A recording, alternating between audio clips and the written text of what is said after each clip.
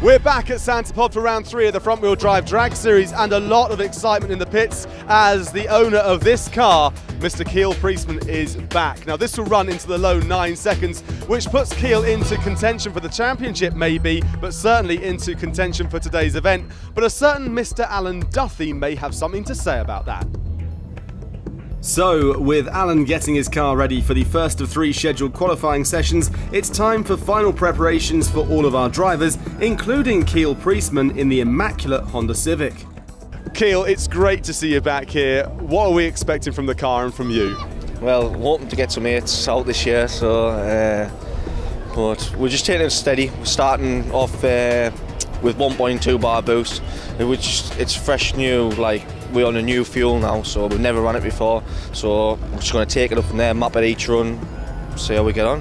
And what have you been doing for the last year or so then? Where have you been? Well, we've had a lot of problems. Last year we had a lot of problems with fuel issues, and we've finally got that sorted now due to a dodgy regulator from the very start of last season. So, and then we're back out now with this new one. So yeah, it'd be nice to just be consistent, you know, get used to the car with it and just have it on a flat base where I can just go out and test different things instead of having to keep mapping it all the time. So that's what we're hoping. So, as the cars move down to the start line staging area, we're without Amy Bradley this event after damaging her engine earlier in the season. But we do have a very competitive field with many of the cars running mid to low 10-second times. First out is Paul Atkinson in the right lane. And he's taking on Stephen Fudge in the road-going Honda. Stephen obviously having problems with the race car this weekend. Well, Paul has made great improvements so far this season, and it looks like he's continuing in the same way. Now, we don't expect too much from Stephen's backup car, but he will at least get points this weekend. But look at that, so close to a 9 for Paul Atkinson there. The Lord brothers and a pair of VWs next, and a bit of a hop, skip and jump for Rob in his burnout there. He's in the left lane with the rapidly improving James in the right lane. 2 similarly spec cars here, but the more experienced James has been getting quicker and quicker this year. And 2 good 10-second opening times in the books.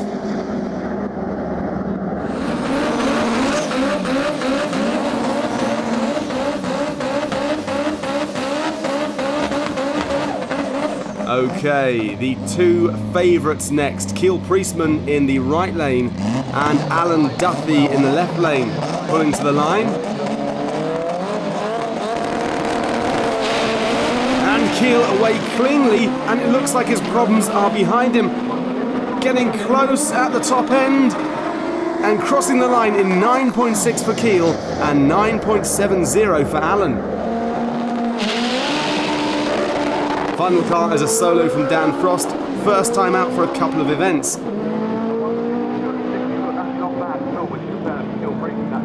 And another nice 10-second opener. So what is the story behind the road-going Honda of Stephen Fudge? Well, obviously we've got a Honda Civic GL, which we've converted from an NA build to a turbo build. We went to the dyno last week and we had a problem with the keyway on the end of the camshaft, which made the camshaft fail, pulley spin and hit the valves onto the head. So basically we need to order more parts from America, ready for USC in what, 5-6 weeks time. We hope to achieve mid-10s, high 10s initially, with the amount of power it potentially has. With the right setup we should get into a high 9, and that's obviously what we want to try and to achieve. And we noticed from the t-shirt that it's obviously a single overhead camshaft. Yep, it's a 1.6 single overhead cam, 1990 EF, with hopefully around about 650 to 700 brake. Should do the business, we hope. Well, it was new Kiel and some of the faster ones would be out this year, so yeah, we've got to step up the game a wee bit and try and keep up with some of these bigger power ones. Yeah, we did all right off the line there, new tyres on, quite a bit of wheel spin off there, but once we got mid-track, pulled them back in a wee bit, so maybe hope there yet and knock a wee bit more off my time. Does it take a few runs to bed new tyres in? I don't really know. The last time I've had new tyres, the first run seemed to be the best, so maybe not so good track or whatever, but yeah, we'll bed them in and see how we get on. So with show and shine in full flow, there's just time to check the motors and make a few tweaks to suspensions and maps. and it's soon time for qualifying session 2.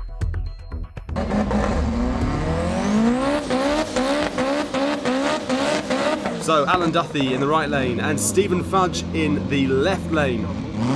Alan would dearly like to beat that earlier 9.60 of Kiel's to take over number 1 position, but that missed gear shift will cost him. And yes, he's down a full second, crossing the line in 10.81 seconds.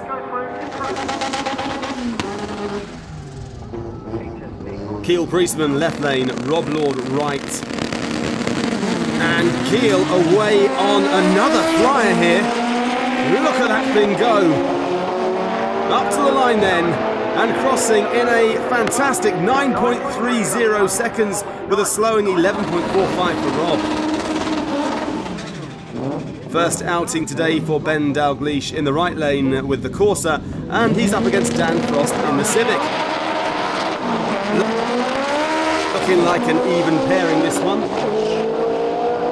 But sounds like a missed shift at 3/4 track.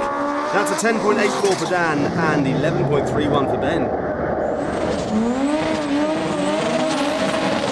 Paul Atkinson in the right lane and James Lord in the left lane.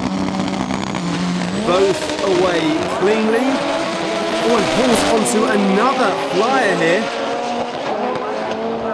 He goes up to the line with another personal best. Yeah, it went really well, to be fair. Still just getting used to this new engine, new setup, so no, there's plenty more to come hopefully. What have you done to the car? What differences are we looking at? Took the old 1600 out and we put a 2 litre in, new turbo, and just timing the car on the dyno really. So the PB was expected because you've upped the power there, but of course you've got to put it all together when you're on the line. Yeah, that's it. Like I said, we've had to start again with the flat shift, the launch control, everything, so we're just getting through it today, winging it really. So with the run what you brung action continuing on track, this very rapid car shows just how much easier it is for the rear wheel drive cars to get grip on a drag strip. And it's soon time for the final qualifying session.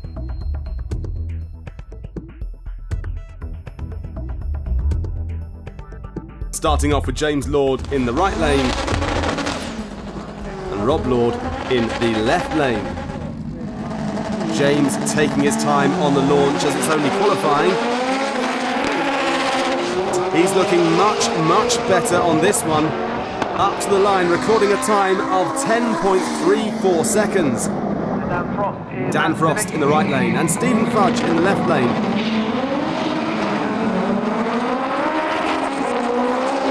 And Dan looking like he's getting back his old form here, crossing the line in 10.60 seconds.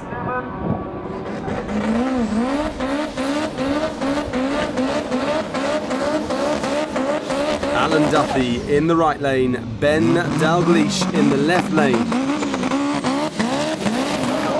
Well, Ben's much better here, but Alan seems to be having all sorts of problems with gear changes. That's a great 10.23 for Ben. Well, second qualifier, championship leader, Alan Duthie. You always want competition, you say. Now you've got it with Kiel Priestman. Do you still want competition? Yeah, of course you do. Everybody wants a bit of competition to try harder, push the car on and try and get a personal best out of it as well. So yeah, I love a bit of competition. It's good. Good for the competition as well.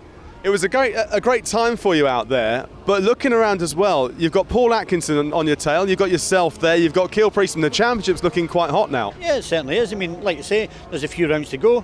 Anybody's game, yeah. It's always up for grabs and see what happens. And confirmation of the final qualifying positions with Kiel Priestman taking the #1 spot by quite a margin. Well, I'm here with Kiel Priestman, #1 qualifier with a 9.3. Impressive. It's not bad. What can we get out of this car, though? Well, we're hoping to push 8. That's what the aim is. That's what we come to do. You know, sick of doing 9s now. done enough of them. So. You're looking down the pits here. We've got Alan Duthie here as well, and he's got a very fast car. So I guess you're looking for a real competition today. Yeah. It's good to have some fast cars to race. You know, it's a bit more exciting. You know, so. And as the drivers prepare for round 1 of eliminations, the on-track action was fast and furious.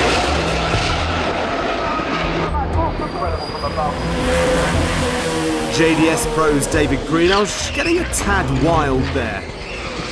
We thought we'd give you a little behind-the-scenes interview with Kiel Priestman and find out what you get up to on the start line and what the process is really. So talk us through it. Well, you've got to think about a lot when really, I know it's only driving straight line, but there's like, you've got to get preload on your handbrake, roll up the lights, hope that it doesn't roll forward when you're cutting on your launch control. Your gear shifter, with this one, it's first, second, and then you just bang it forward and it just goes straight in as it's got a spring in it, locks it over to third, and doesn't put it in fifth. It locks fifth and reverse out. You have to push down to get reverse. So it can't go back into first. When you've changed from there, that's in third, and then straight back for fourth. So that's an H pattern gearbox. That's a H pattern still, but it's a good one. Yeah, absolutely. And then, so you've loaded it, you're ready, but you've got to do a burnout first of all. Yeah. So when we pull into the burnout box, we're on the handbrake. It pulls that switch there, which brings it onto launch control. Flat out with that, and then let off that. Do burnout. Up to line, get it ready, and then build the boost up. Yeah, same again. On the line, like that. Clutch forward and just roll it, and then get the preload right, flat out, go. And then when you're actually on the strip and you've launched and you're going there, hopefully it's hooked up nicely. Keep the foot back, and when you're in first, and then obviously just bang through. I've got a strain gauge on this, but it's not set up at the moment, so I'm lifting as I'm changing gear. That's the only thing I've got to do now. But once we get this strain gauge set up, we won't have to lift it also. We literally flat down in the gears and bang, bang, bang. It goes in a lot better without the clutch. You just got to be a bit brutal with this. So. Now I notice you've got a big red light here on the dash. Now that's not a brake light, is it? No, it's a shift light, so I don't miss it. So as the cars pull round for eliminations and make final checks, time for a quick look at the first round pairings and some interesting matchups to look forward to. Okay, first pair. Kiel Priestman in the right lane against Stephen Fudge in the stand-in car. Now Kiel almost has a 6-second advantage in this one, so he pulls into stage, loading the handbrake as he explained. Oh, and he's pulled through the bins. He's gone before the green light and is therefore disqualified. I bet Stephen can't believe his luck. And this run showing just how much quicker the drag cars are compared to a quick road car. But in the end, it's not speed that takes the win.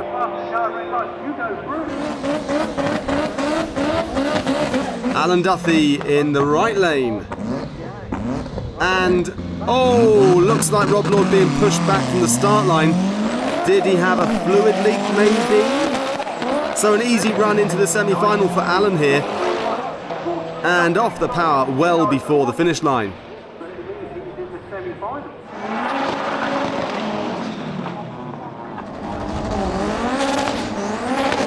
Ben Dalgleish in the right lane and James Lord in the left lane. Barely anything between these two in times. Oh, and James is asleep on the line. Ben's away noticeably before him and holding on to the lead down the track. Ben takes it with a 10.30 to a losing 10.4. Final pair. Paul Atkinson in the right lane, Dan Frost in the left lane. Well, Paul has been going great guns this weekend, so what can he do in competition? Paul's away, but problems for Dan as he bogged on the line. Anyway, it doesn't matter, it's going to be Paul who progresses into the semi-finals with a 9.76. Well, into the semis, and it's Ben Dalgleish who'll be facing the lucky road car of Stephen Fudge. So will it put more pressure on him? Yeah, anything can happen. You can miss a gear. We just have to wait and see what happens, and hopefully we can pull it off. Are you still pleased with the way the car's going? Yeah, it's been we've had a bit of problem this morning. We broke the throttle body, so that's why we missed the first eliminations. But yeah, it seems to be all right now. Yeah, it jumped out of gear. I mean, I've been having problems with my gearbox all weekend. I've accidentally put the wrong final drive in the gearbox, so I'm going through the line in 5 gears rather than the normal 4, so that's why I've been struggling all weekend.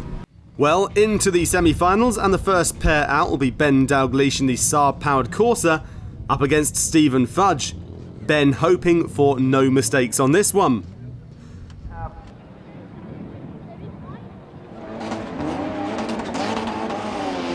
Nice strong burnout there from Ben.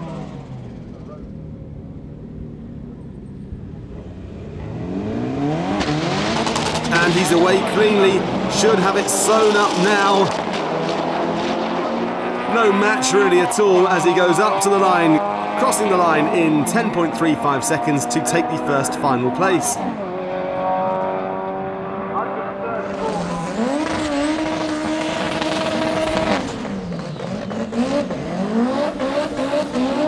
Another close one next. Alan Duffy in the left lane with Paul Atkinson in the right lane.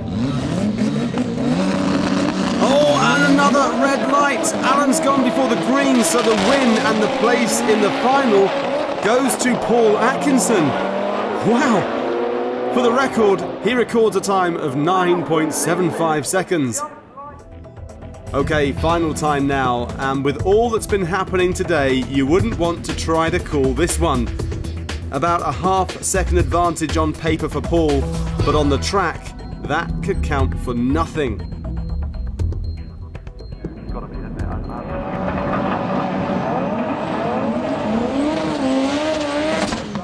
So Ben takes the left lane and Paul the right lane. Get the nerves under control as they move into stage. Ben needs to cut the good light here. Oh, and he's red lit. He had a good try, but it was just too much. So Paul will take the automatic win. That's a 9.79 seconds at 153 miles per hour. Well, we're on the start line here for the presentation, and I've got the runner-up to my left and I've got the winner to my right. Let's go here first of all then, and to Ben. It didn't go according to plan with that red light. Yeah, I was just trying to get a good reaction. It was the only way I was going to win, so I just hope it'd do better next time. There will be a next time though. You've got a runners-up award there, so it's not a bad end to your weekend. No, it's been all right. It's been a good weekend. Got to take the positives. And over here, Paul, we spoke to you earlier on and you were saying that you've changed the car a bit, spent a bit of time and money and work on the car. It seems to have paid off. Yeah, it seems to have gone well, to be fair. I'm happy it's still in one piece and we'll be back to try again next round. Were you really expecting to get all the way to the final, or were you thinking that the semi might be your lot? Semi-finals I would have been happy with. It's an extra bonus that I've got to the final and won the final. Well, it was a bit of luck, I suppose, that your competitor red lit, but you got through. It was a great win, and you go away with a nice winner's trophy there. Yep, spot on. Cheers. And we look forward to seeing you as well for round 4 at USC. Make sure you join us then.